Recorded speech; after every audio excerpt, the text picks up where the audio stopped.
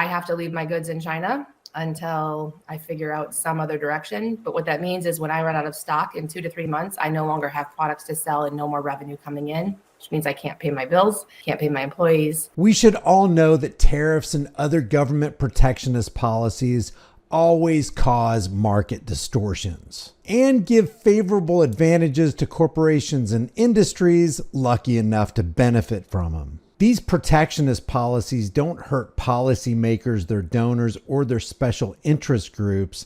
They hurt the people the policymakers are supposed to be representing. Tariffs harm consumers, small businesses, and overall economic efficiency. We all know the current U.S.-China trade tensions have escalated with significant tariffs imposed by both nations, impacting small business owners, American consumers, and the broader trade dynamic. The U.S. has imposed tariffs on Chinese imports, with rates escalating over time. The U.S. has now imposed a 145% tariff on imports from China.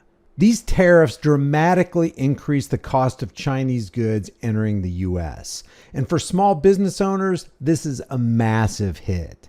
A small retailer importing $10,000 worth of Chinese electronics, for example, faces $14,500 in tariffs alone, effectively more than doubling their costs. Many small businesses like boutique clothing stores or e-commerce sellers rely on affordable Chinese suppliers. With these crazy high tariffs, they now face 3 tough choices: absorb the costs and lose profits, raise prices and risk losing customers, or find new suppliers.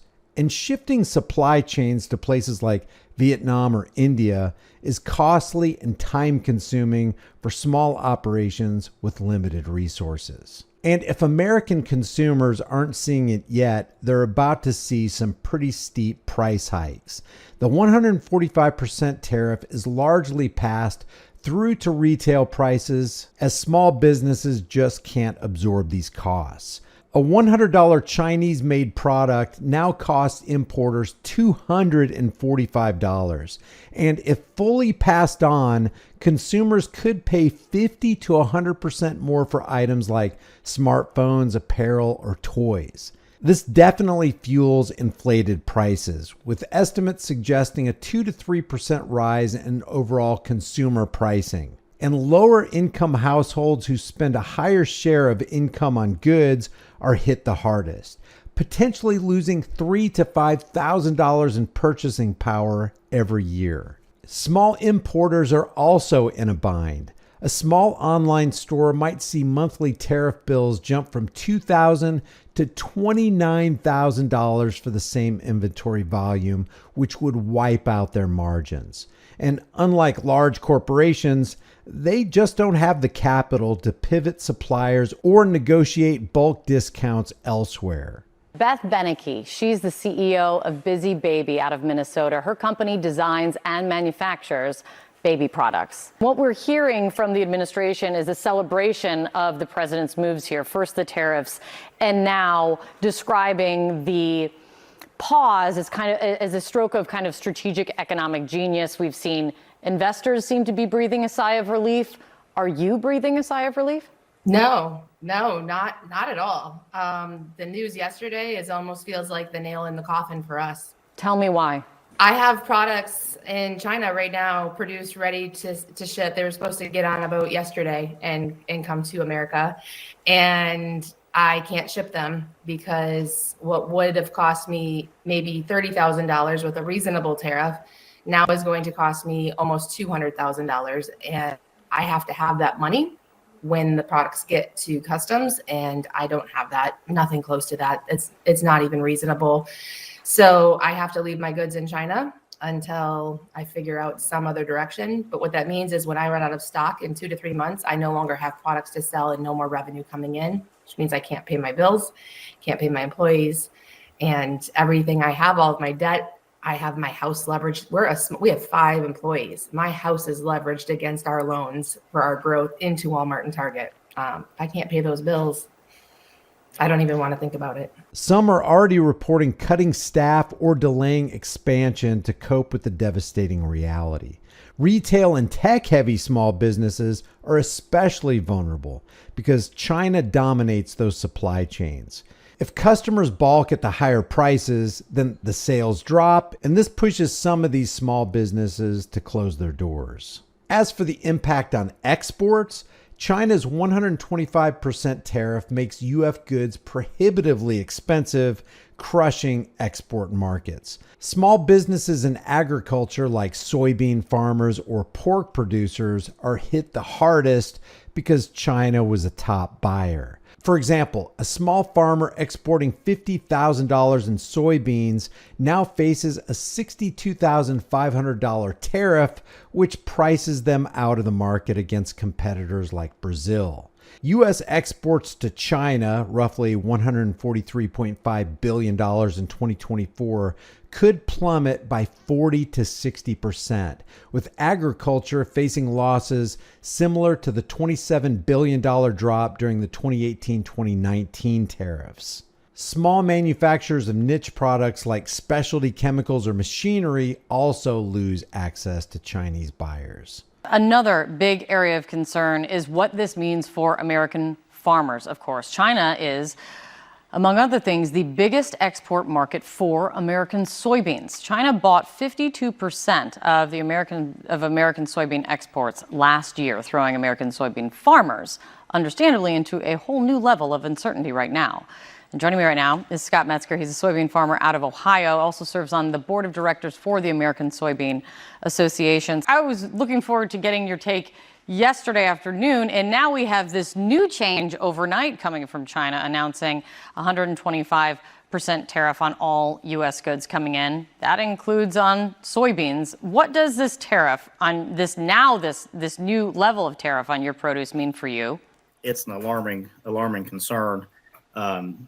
With the tighter farm economy that we're in now, the tariffs are just adding issues to problems that we already have, making it harder to make decisions on what we need to do. We never have, going back to 2018. We really haven't recovered from the tariff trade wars back then, and we were probably 40% higher on soybean prices back then, and the farm economy in general was a lot better back then.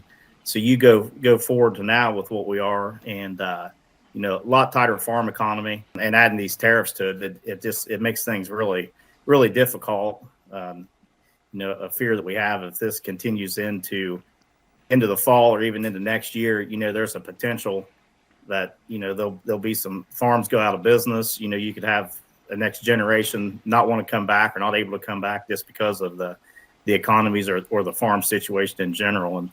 And adding these tariffs to this, there's just no room for error. The hit on exports indirectly affects consumers by depressing incomes in export-dependent regions like rural farming communities.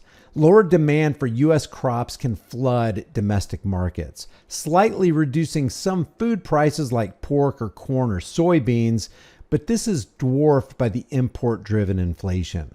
Consumers will see little relief as higher costs for import goods dominate their budgets. Small exporters face a really grim outlook. A small Iowa dairy farm exporting cheese to China might see orders vanish, forcing sales into oversupplied domestic markets at a loss. Unlike large agribusinesses with global reach, small producers can't easily find new markets. Rural businesses report revenue drops of 30 to 50%, with some considering bankruptcy. China's export controls on rare earth minerals further disrupt small manufacturers needing those inputs, like electronics or renewable energy startups hiking their costs. So small businesses are squeezed on both ends. Higher import costs and lost export markets.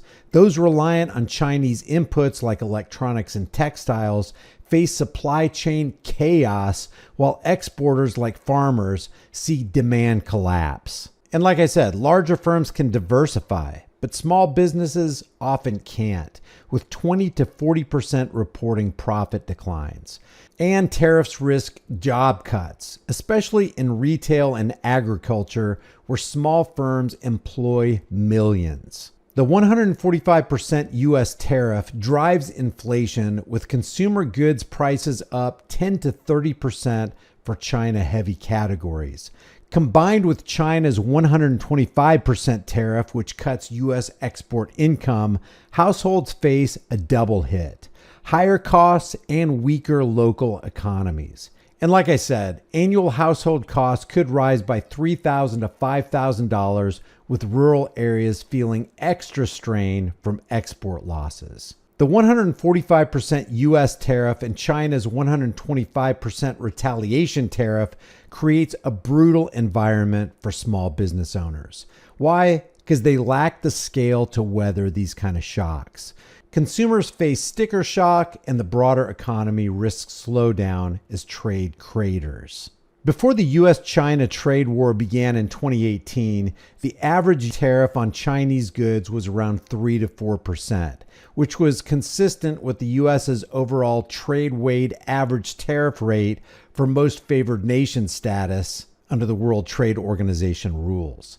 But starting in 2018, the U.S. imposed tariffs on Chinese imports under Section 301, targeting specific goods. And by 2024, these tariffs averaged around 15 to 25% on approximately $350 billion worth of Chinese imports annually. And of course, free market advocates have a long-standing opposition to protectionist policies, viewing tariffs as distortions of markets that harm consumers, harm businesses, and destroy economic efficiency. Small business owners, particularly those reliant on Chinese imports, face higher costs, squeezing margins or forcing price hikes that reduce competitiveness.